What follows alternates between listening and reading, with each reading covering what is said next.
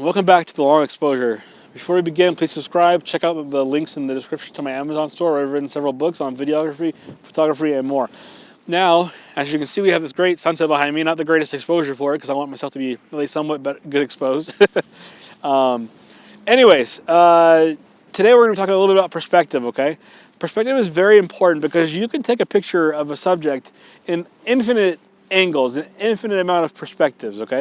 You can go straight on, you can go lower, you can go higher, you can change, you can go get a drone and fly your camera above the scene, you can go underneath the scene, you can go to the left, the right.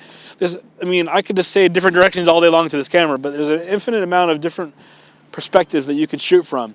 You want to choose the perspective that really magnifies your subject, enhances your subject, and concentrates on that subject, okay? So you see a lot of people go out there and doing these exposures doing these photographs where there's a weird perspective and the subject just looks horrible, okay? It's an interesting perspective for everything in the background, but the actual subject of the photo is in a horrible perspective. It's just really bad. The lighting's bad, whatever else is bad. The perspective is good on the things in the background, but the subject, if it's a model, if it's a person, if it's a building, can be horrible.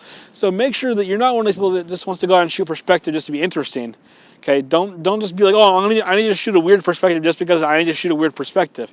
Make sure that perspective works for the photograph, okay? Meaning, if a straight-on shot works and it is the best thing that enhances your photograph and enhances that subject and really makes it pop, then that should be the shot. Don't go from this weird ground angle just because you want to be different. Unless that works. If it's the thing that makes that photograph pop, if it's the thing that makes it amazing, if it's the thing that makes it really stand out and it makes your subject really just bounce in that photograph, then yeah, go for that lower shot and do that different perspective, okay? Do experiment, okay? Make sure you do experiment and do different perspectives, so that way you are able to know what perspective is going to make your subject look good, make sure that everything's going to be like the best perspective, so you can even learn new perspectives. If you don't go out and actually practice different perspectives, learn what looks good, what looks bad, then you're not going to have that experience to be able to know, okay, well, should I be doing this from the front? Should I do a side shot? Should I do above, down below? Should I have my subject get on the ground? Should I have my subject get into a different place so I get a different perspective? Unless you actually experiment, you won't know that, okay? But all I'm saying is when you actually go to make your actually good photograph, that final photograph that you want to put in your portfolio or put on your Facebook or whatever, your website, make sure that you're not just taking wacky weird angles just to be different. Make sure that difference actually makes a difference, okay? Make sure it's actually going to enhance your photo, not just be like, oh, I'm different than everyone else, but my pictures suck.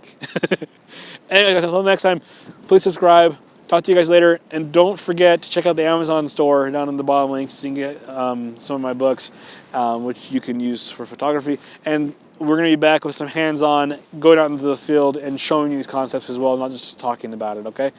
Anyways, until next time, talk to you guys later. Subscribe.